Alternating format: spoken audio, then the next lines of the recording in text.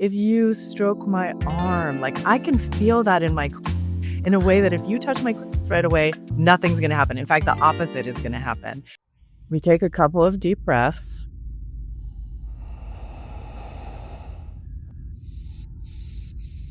And release. And then we've switched our point of view from the outside to the inside. Beautiful. I'm Celeste. And I'm Danielle, and we're the founders of the Somatica Institute and the creators of the Somatica Method of sex and relationship coaching. We created the Somatica Method because we know that intimacy is at the heart of human longing and fulfillment.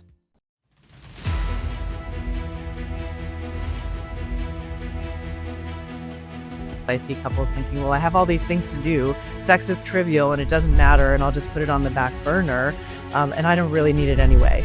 And then you see them drift apart. I think many times, especially women, don't want to have sex because, and you call it vaginal numbness, or lack of interest, like they don't feel that level of arousal.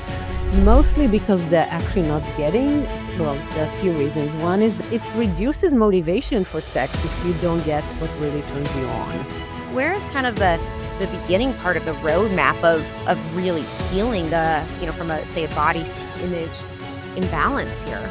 It takes practice, the same way that we practiced unconsciously. People often think of it as passive, and we really teach active receiving, okay? Active receiving is where you aren't just laying there hoping something will happen. I remember I was trying to help a woman orgasm for the first time. And I was okay, so how would you start? She had her clothes on and everything, but she was just touching her body, and she's just lying there, and she's like, yeah, I feel bored. And I'm like, yeah, I would be bored too. Sometimes the only thing that makes me come is both the of making and my noises that I'm making, because I'm actively going towards pleasure. So it's not going to be an overnight of unworking it, but I do think that the place to start is... Hey everyone, before we jump into today's episode, I want to make sure that you know about my Libido quiz at libidoquiz.com. This is a free quiz I developed to help you identify missing root causes of low libido. When you take this quiz, you'll be sent information specific to your quiz answers, including the top tasks that may help diagnose and figure out why you have low libido that your doctor may not be ordering for you, as well as additional tips and tricks to support healthy libido, desire, intimacy, and so much more. So you can find that at libidoquiz.com. Hey everybody, welcome to another episode of the Libido Lounge. I'm your host, libido expert, Dr. Diane, and we have a juicy episode here today for you. We're talking about body image, sensuality, how your body image can impact your sensuality, how sensuality can actually help you heal from any body image imbalances or mental, thoughts you have that are not serving you in this way. And to help us have this conversation, I'm very, very excited about our guests you just heard about, Celeste and Dr. Danielle. So as you just heard, they're the co-founders of the Somatica Institute. And we're going to get really juicy today and talk about these things that I think are so common, right? So common, especially for women, but I think for men both. And so let's just start, ladies, if we can. Let's just start with, why the heck are we at this point? We're in 2025, right? We're at a point where this is not the first time that anybody has heard that, we have to love our bodies and be kind to our bodies and all these things, right? So why are we still in 2025 at a point where this is such a struggle for so many of us? Yeah, I feel like we still get so many messages out there, imagery, messages saying you have to look this way and you have to look young forever, and you have to, your body has to be a particular shape and size and weight for you to deserve any sort of joy and pleasure. So we're bombarded, which is why it still happens. And we need to be able to create an internal sense of self and pleasure in order to like, stave off all of those constant messages that we get, and to actually just realize that we can claim our pleasure right now. And we don't have to be perfect or feel perfect in order to do that. Now, I know some of our listeners might be thinking like, okay, like I hear that and I've worked on, I've worked on my body image and I work on opening a magazine and, not comparing myself to that woman in the magazine and all these different things. What about though, do you guys feel that there's still a level for many of us that there's almost like this subconscious thing where we think we've done a level of work around like, okay, I'm like I said, not going to identify with that girl in the photo who's been airbrushed and photoshopped and all the things. But do you think that we can have then this almost like deeper level of, wow, like I didn't realize I had a body image issue until somebody put their hand on my thigh and I cringed. How much of this is like happening consciously versus subconsciously, I guess is my question. Yeah, so I think it happens both ways. It happens consciously and subconsciously. And there's a little bit of a way of like, we are trying to work on that in a cognitive way. And I think that's not helpful. It's not helpful. It's not helpful enough.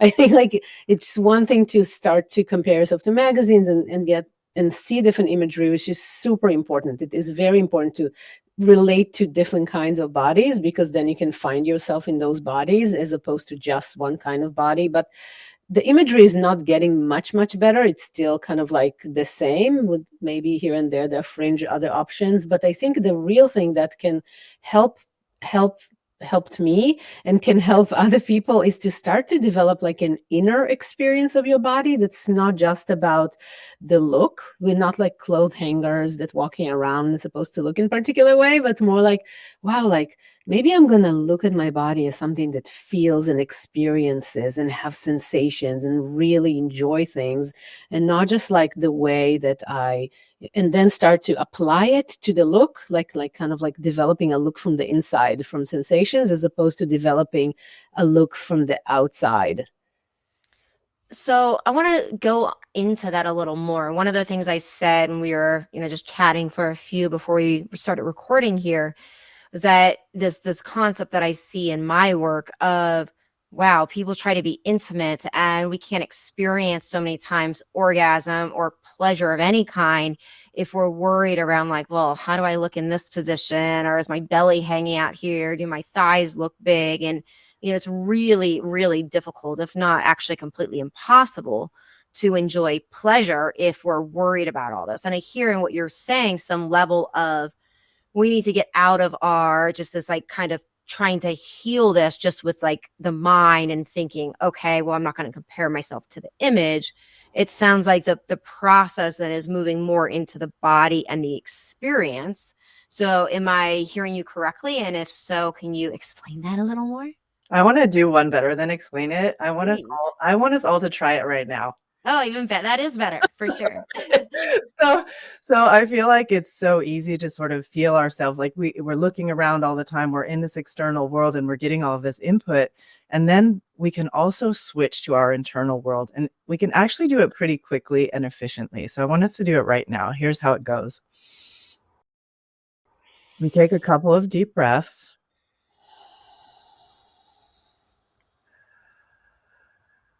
And we start to feel our pussy. Just notice your pussy is there, part of your body. I almost want to feel it like open and relaxed and soften to the world first as we continue to breathe.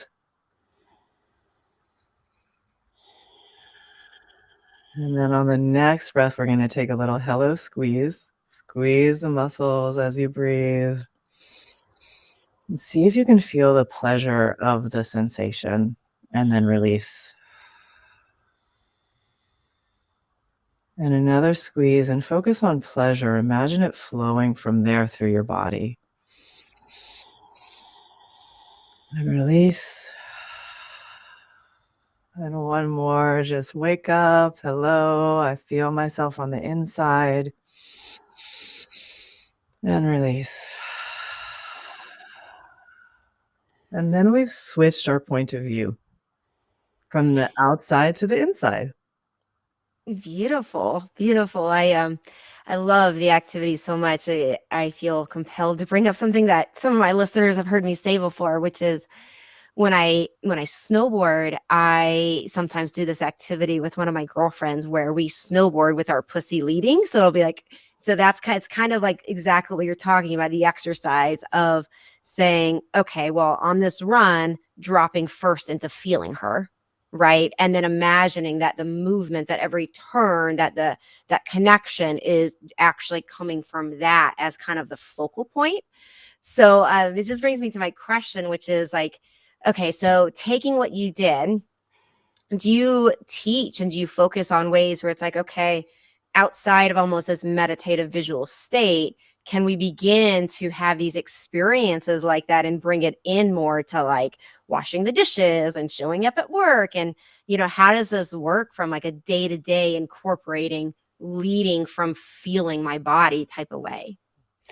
Definitely. And, we call it decompartmentalization of sexuality because it is, like we think that sex is just this thing we keep for the bedroom, but like let have like a pussy be our guide, our compass, our she is leading me about like, ooh, what do I feel like wearing today? Or how do I want to move my body? Or what do I feel like eating? Or how do she's my, I move from my pussy the same way that you describe the snowboarding, right? So I really think it's like the way we absorb a body image is just a habit. We heard about it, we drill. So we need to undrill it and start putting in some new practices that will allow us to connect with our body and with our experience of ourselves in a different way. I love it. I love it. And then, so my other question is in thinking about the, kind of the science behind this. I'm a scientist at heart, really, because I really find that when people understand some of like why this is happening, sometimes if there's like a little resistance to like, okay, this is interesting, lead with my pussy, drop into my pussy, feel my pussy, like all those, sometimes it can be like, oh, what is this gonna do? Right. So can you explain like kind of like almost from the mechanism perspective, like how dropping and feeling into our bodies, into our anatomy, into our our pleasure centers, how that is then connected to repairing, the body image? I do feel like so much of it is about our hormones, like the hormones that get released when we're in high states of pleasure, when we're having orgasm, when we're squeezing those muscles and feeling the sensations move through our body. We're like releasing endorphins and oxytocin. We're doing it with ourselves and we're loving ourselves more when we come from that inside place and that embodied sensation-based place. And we're doing it with our partners when we create this loop of pleasure between us, right? Then we're having all of the sensation and pleasure that we can share and the feedback. And I think one of the things that I really want to say, is a lot of times we feel like we have to do these things all by ourselves. But I think it's great to like really get the feedback of other people, like helping us raise those hormonal levels and giving us pleasure and taking in how much they desire us instead of like, oh, do I look good? Do I look good? It's just like, wait, I see desire coming at me from all over the place. I must look amazing. And that loop actually releases those hormones as well. So that combination just, for me, it just is it's what balances my brain. It's what makes me, live to fight another day. Like, it's really that hormonal level, keeping that high by being connected to our bodies. And just again, to keep reinforcing what Celeste said, like, and letting, like, allowing and like keep reinforcing this landing strip in our body that says like, yes, that feels good. Yes, I can take it in. Because what do we see? What do we tell? Like, let's think about like the average person, like, like when we are hearing a compliment, we're just like, oh no, they didn't really hear it. Oh, thank you, but not really letting it in. And I was like, I want to get it in. I want to take it in. I'm building my landing strip to be luscious and open and available. And say, it's almost like we learned we're not supposed to take it in and we're supposed to be miserable in some way. And I was like, let's be greedy. Let's take it in. Let's shower ourselves with this good compliments and positive sensation, because who said we have to like buy into the other story? Yeah. Yeah, it's the art of receptivity is like, it's so crazy to me sometimes how hard it is to literally just be okay with just being in the receiving. It's so easy to receive a compliment superficially, like you're saying, and then just like instantly be like, oh, and then like give a compliment back. And that's, it's great. It's great to be, reciprocal that way. But I think so often we're just so quick to kind of get out of that state of receptivity versus like taking that moment to be like, wow, yeah, that feels really, really good, and actually completely allow that energy in before we move into whatever else we're moving into. I know one of the things that you ladies talk about is this concept of pleasure being a birthright. And I know in talking to people, like sometimes it's so easy for people just be like, well, I'm not that interested in sex. That's just not what my partner and I do. It was great in the beginning. It went away. We're fine now. And, what do you have to say to that in response to also this idea around like, this is a birthright. This is healing. This is everything that you've said. So why is pleasure a birthright? And why do you think we like deny it so often? In our culture, what we really have is a work ethic. We think the only thing that makes us valuable is these sort of like particular external achievements. And, I believe in a pleasure ethic. And it's really, I think, what makes life more joyful and interesting and exciting and fun. I think we'll still get plenty of work done, especially if we're having much more fun doing it. So, to really go into that birthright means to let go of some of this idea that the only thing that gives us value is sort of like this kind of productivity. I think a lot of times I see couples thinking, well, I have all these things to do. Sex is trivial and it doesn't matter, and I'll just put it on the back burner. And I don't really need it anyway. And then you see them drift apart. Hey, everybody, quick break on our episode to talk to you about our sponsor, My Libido Doc. One of the things that we truly believe is that great sex is available to everyone, but we just have to learn how. So head over to our site to get your free copy of our ebook, 5 Steps to Mind-Blowing Orgasms and Romance. Get the quick and easy tips to turn your sex life around, rev up your engines, and fall in deeper love and passion with yourself and your partner. So if you just go to mysexdoc.com, you will find that ebook there for download. Now back to our show. Because there's none of this exchange of, connection and intimacy and hormonal balance and all of those nice sticky hormones and connections that we really need to keep that. But the work ethic gets in the way of this birthright and this pleasure ethic. And I think we would get so much more done if we really focused on how enjoyable the moments of sensation and playfulness and fun are.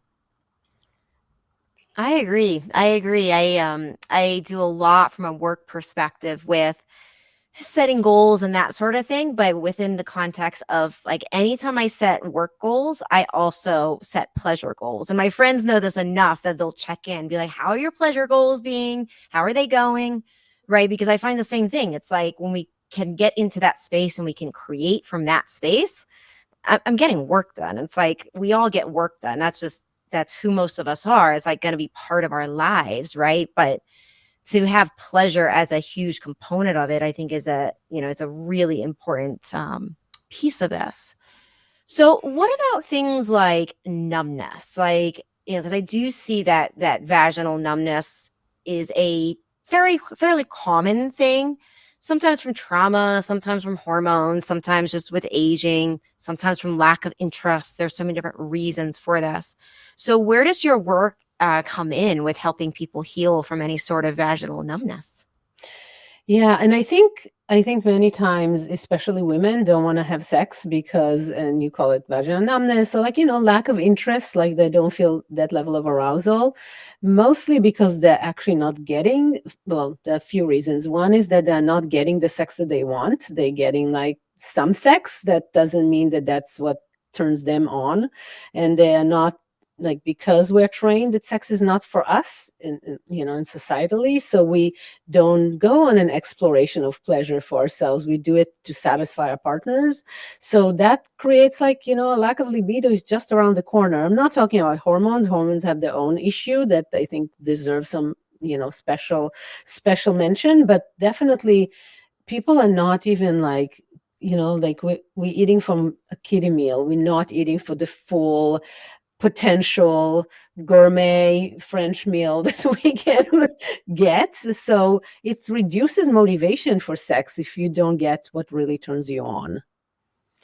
So then, okay, so another question that I have for you ladies is, so we're doing an exercise like this somatic exercise we just did, right? And that was around our pussy. But in waking up the whole body, right? Because I think so many times too, one of the problems we get into with intimacy and sex is we're just thinking penetration. And when I ask people, when I have like teach live classes and I ask people like, when I say sex, what's the first thing that comes to mind? It's always intercourse, penetration, right? That's what everybody thinks of. And sex for a lot of us is like so much more than just this penetrative type of act. It's a pleasure-filled event of so many different, of waking up ourselves in so many different ways. So what's like the process you guys take people through around like, oh, wow, maybe we're going to get out of just thinking about sex from a standpoint of penetrative only and really begin to experience pleasure from like a multifactorial, multicellular type of way. I do feel like we don't teach people about women's bodies and the ways that our bodies need a lot of all over body touch and warm up. I know when I'm with a new partner, so quickly I feel them trying to go to my genitals and touch them right away. And when they do that, I'm just like, there's nothing happening. If we want to talk about numbness, like she's not awake. I'm like, you kiss my ear, if you stroke my arm, like I can feel that in my clitoris in a way that if you touch my clitoris right away, nothing's going to happen. In fact, the opposite is going to happen. And so it is really about educating our partners. And also, I think as women, what we don't realize is that our arousal curve does take longer. We need more warm-up time. I think everybody does well with more warm-up time, but we really need it in order to get to the heights of our pleasure, whether we're having intercourse or oral sex or none of the above, manual, playing with our vibrators, but to take the time to really feel and touch and smell and like all over body touch and kissing and also I think a lot of times women feel like, oh, I'm supposed to be giving back right away. I really teach my female clients to focus on their sensation first, get connected to their pussy, touch their own body while their partner is touching their body. It's like, let's team effort this, because I know that my partners want to get me to my highest level of arousal. And if I'm worried about them right away, that's not going to happen. And so there is this focusing, this self-focus that needs to happen that I think a lot of us feel guilty or bad, or like we're supposed to get turned on faster than we are. And there's a lot of pressure around that. So slowing down and focusing on self is so important. Yeah, I mean, I think that to me just goes back to the concept of receiving that we were talking about around. Okay, even when we are being touched sensually, it's like really allowing to feel that before we quickly move into, okay, now I got to give you pleasure too. And you're right. I think we do so easily just jump so fast and ignore that. So where do people start, right?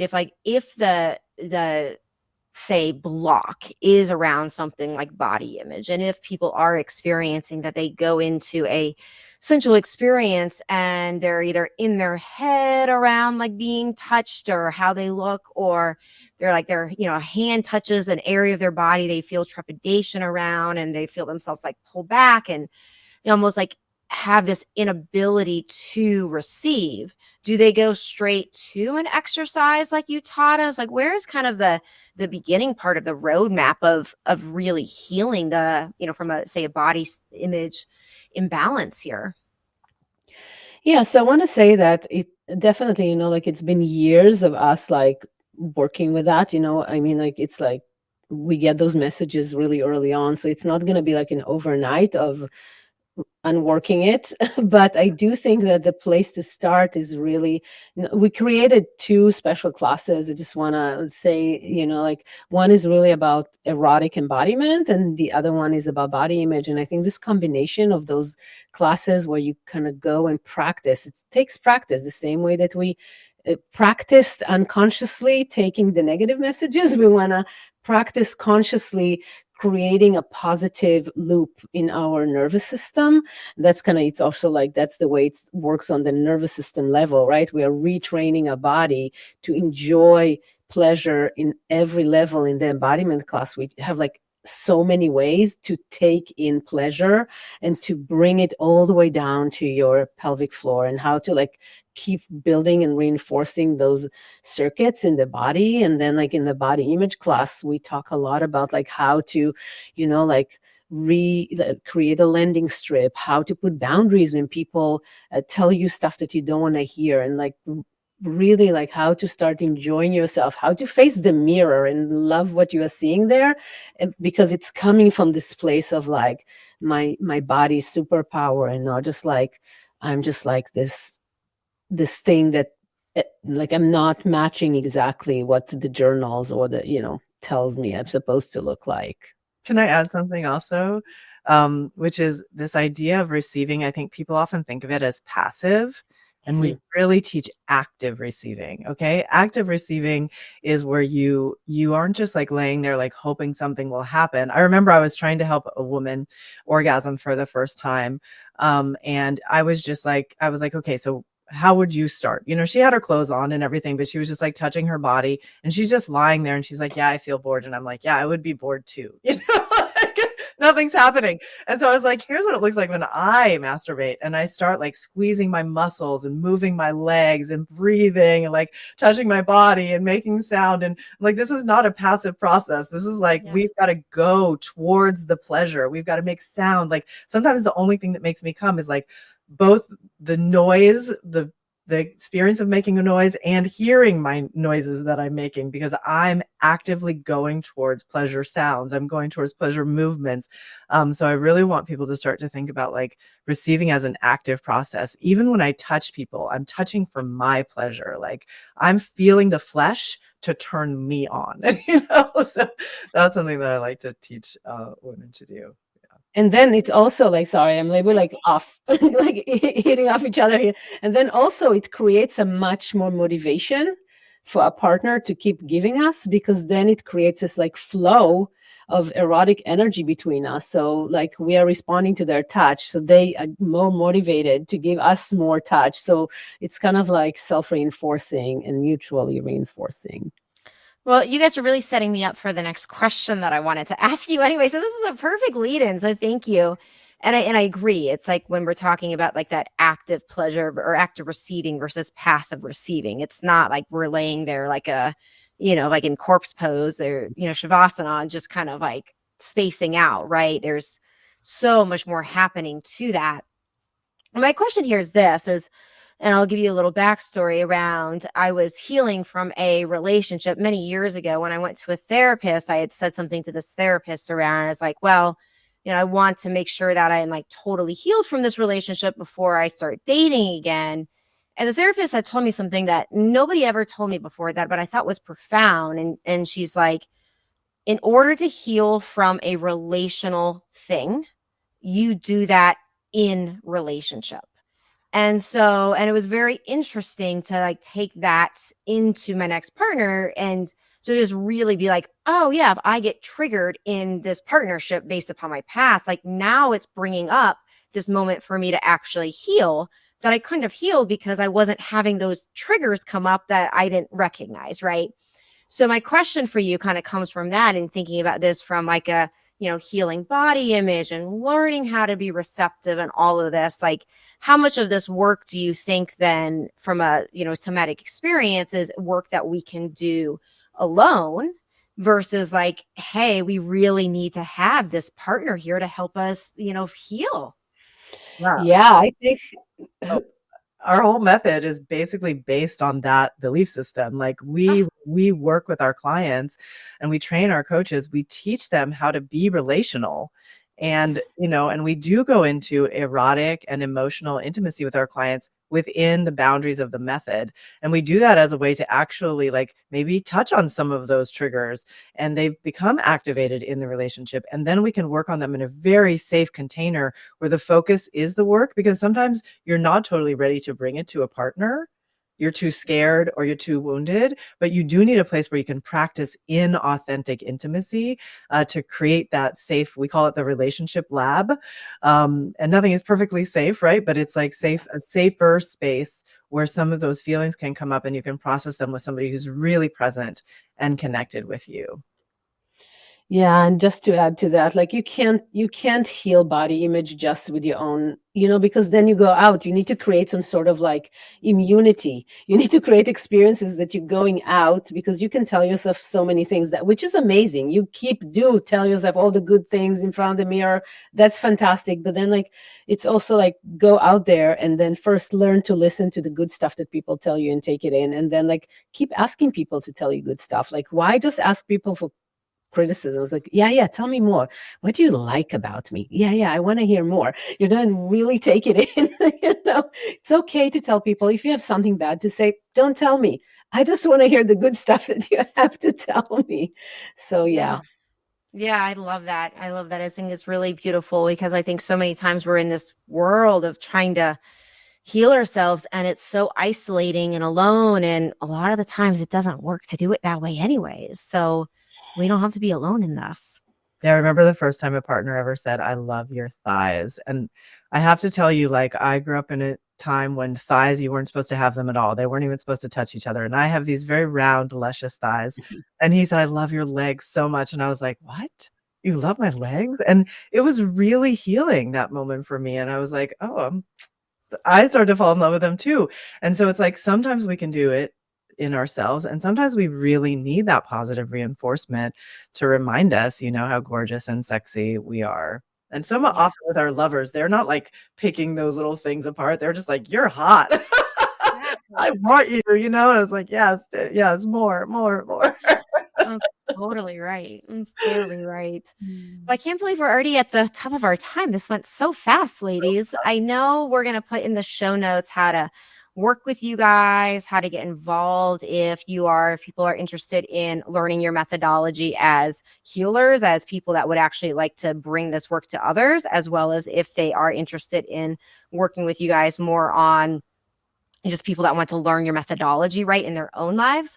But tell us a little bit, like, just kind of will you package that up nicely for us around like how people work with you? And of course, we'll put everything in the show notes for everybody.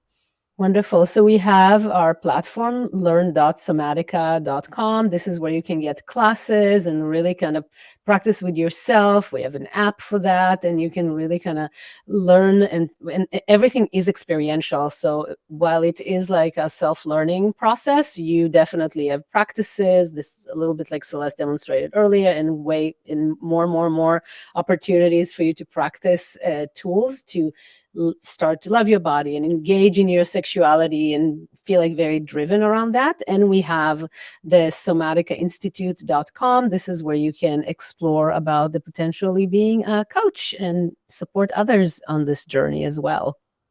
Amazing. And thank you so much for being here, everybody. Remember that I will be doing part 2 in our Libido Club. So please do come over and check that out. How you join is in the show notes below. I'm going to ask a lot more juicy questions, such as what are the steps that we need to do to really be transformed here? How do we really begin to learn our pleasure body? Where do we start? So much more. All right, everybody, that's it for today. Thank you again for joining me on the lounge, and we'll see you again real soon. Ciao for now. Thank you so much. Thank you, Diane. Thank you for listening to the Libido Lounge. Please don't keep me a secret. Please share this with your friends. You can find me on YouTube, on Instagram, as well as how to work with me at mylibidodoc.com.